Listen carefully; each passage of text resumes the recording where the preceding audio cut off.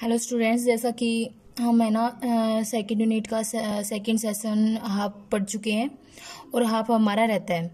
तो आज हम जो हाफ चैप्टर है वो क्लियर कर लेते हैं।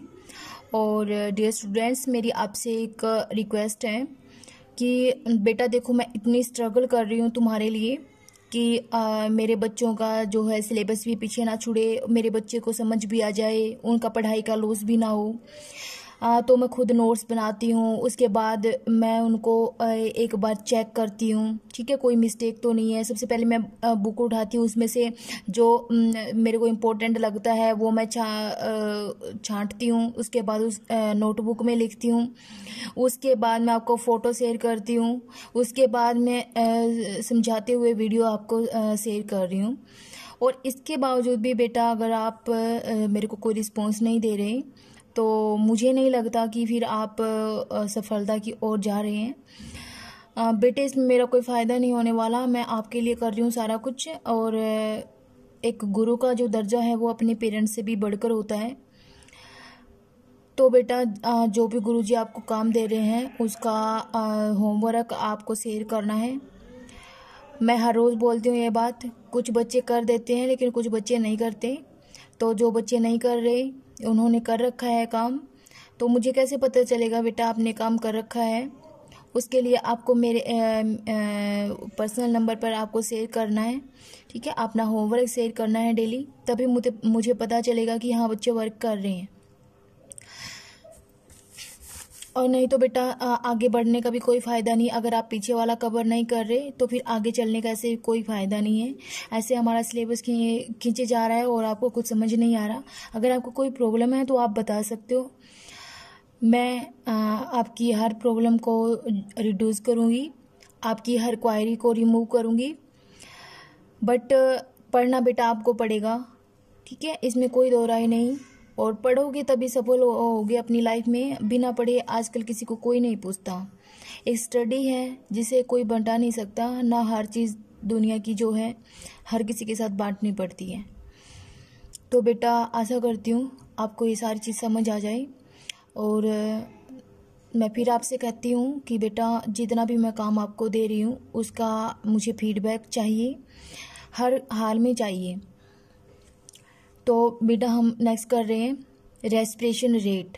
हमारा जो है दो चीज़ें हमारी क्लियर हो गई थी, ओरल टेम्परेचर और पल्स।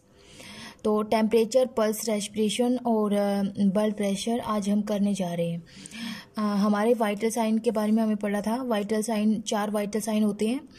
तो चारों में एक हमारा टेम्परेचर होता है, दूसरा हमारा पल्स होती है, तीसरी हमारा रेस्पिरेशन और फोर्थ हमारा ब्लड प्रेशर, जिसको बीपी बोलते हैं। तो रेस्पिरेशन के बारे में समझते हैं, आइए। Respiration rate indicate the number of breath और या chest movement a person takes per minutes when he is at rest. यानी कि 1 मिनट में एक पर्सन कितने सांस ले रहा है 1 मिनट में, उसको हम क्या बोलते हैं? रेस्पिरेशन रेट बोलते हैं। तो रेस्पिरेशन रेट आपको समझ आ गई होगी कि ये क्या करती है, इंडिकेट करती है किसको, कि बंदा जो है 1 मिनट में कितने सांस ले रहा है। आगे है द रेट ऑफ रेस्पिरेशन में वेरी इन कंडीशंस।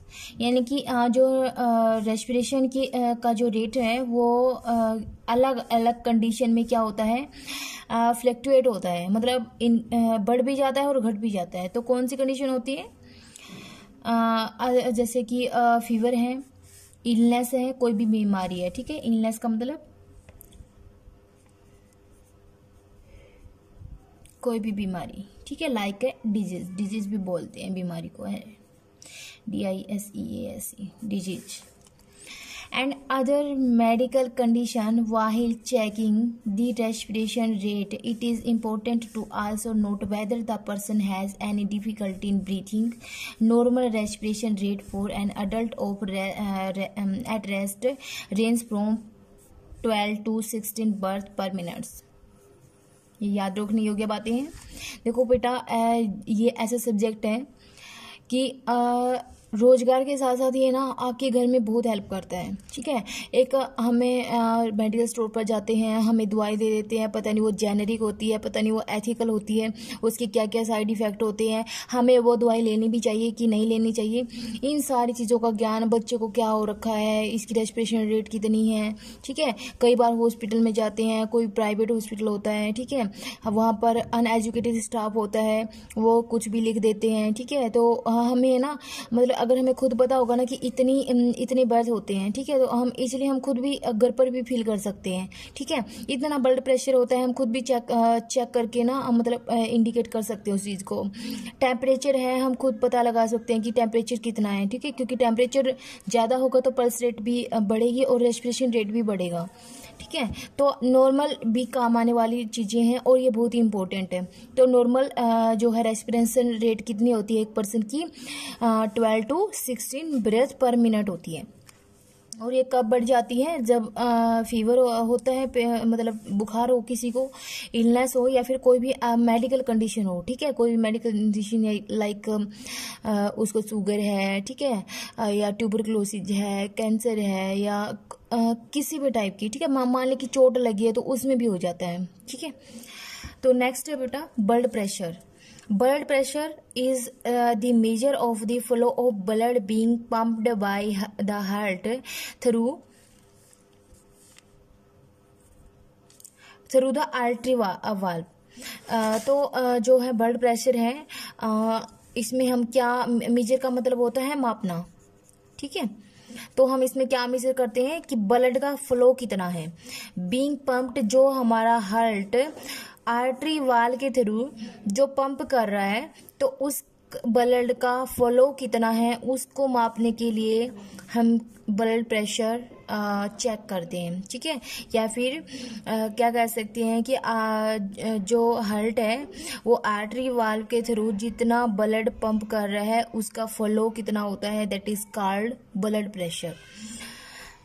नेक्स्ट है two numbers recorded while measuring the blood pressure are systolic pressure and diastolic pressure। तो बेटा जब हम बीपी चेक करते हैं किसी का तो हमेशा 2 डिजिट में होता है। सिस्टोलिक मतलब होता है ऊपर वाला, ठीक है, और डायस्टोलिक होता है नीचे वाला। ठीक है, यानी कि जब हमारा हार्ट पंप कर रहा है तब हमारा ब्लड जो है कितना प्रेशर जा रहा है, और जब रेस्ट कर रहे होते हैं, हमारा हार्ट रेस्टिंग पर होता है तो कितना जाता है। तो ये नॉर्मल रेंज होती है 120/80 mmHg।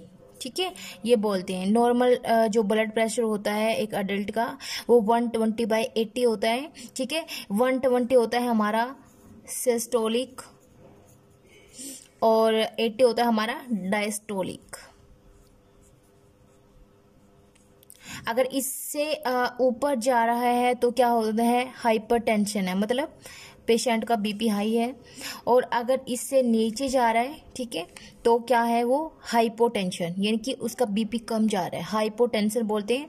हाइपो मैंने कम और हाइपर मीन्स ज्यादा। आगे है ब्लड प्रेशर, तो एक सिस्टोलिक होता है एक डायस्टोलिक होता है। आगे है blood pressure is measured using